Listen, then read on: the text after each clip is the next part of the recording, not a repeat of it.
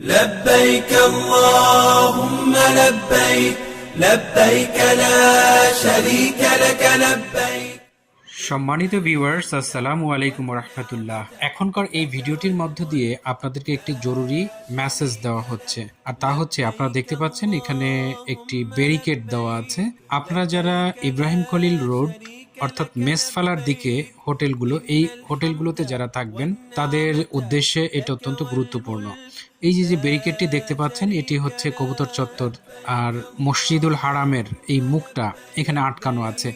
এই জায়গাটা সাধারণত খোলা রাখা হয় সব সময়, শুধুমাত্র নামাজের আগ মুহূর্তে। প্রায় নামাজের আধা ঘন্টা বা 1 ঘন্টা আগে এই জায়গাটা সম্পূর্ণরূপে আটকে দেওয়া হয়। কারণ হচ্ছে এই বিশাল মসজিদটি এত বড় যে এই বিশাল মসজিদে যে কেউ সামনে অর্থাৎ কাবার কাছে গিয়ে বসতে চায়, কিন্তু অন্যদিকে নতুন যে হারামের এক্সটেনশন অংশ, এই অংশটি অব্যবহৃতই থেকে যায়। তো সৌদি কর্তৃপক্ষ এই জন্য এই মুখটাকে আটকে দেয় এবং হাজী সাহেবরা আপনারা দেখতে পাচ্ছেন অনেকটা পথ ঘুরে এটা নতুন হারামের দিকে যাচ্ছে।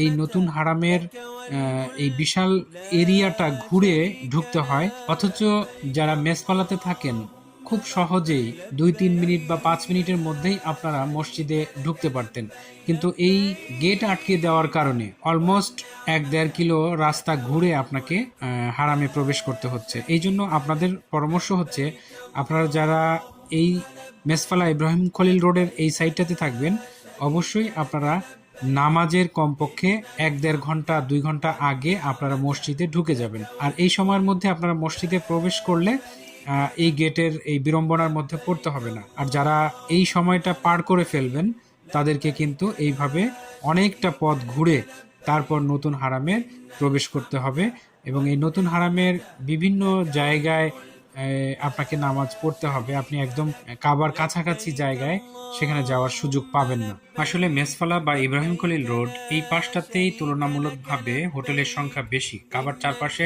যে সমস্ত হোটেলগুলো রয়েছে তার বেশিরভাগই হচ্ছে মেসফালার এই সাইডটাতে, অর্থাৎ এই পাশটাতে হাজী সাহেবরা বেশি পরিমাণে থাকেন। এই জন্য এই পাশটাতে মসজিদে নামাজ শুরু হওয়ার আগ মুহূর্তে এই সাইডটাকে আটকে দেওয়া হয়। এই জন্য আমরা চেষ্টা করব অন্তত 1.5-2 ঘন্টা আগে মসজিদে ঢুকে পড়লে আপনাকে এই বিড়ম্বনার মধ্যে পড়তে হবে না।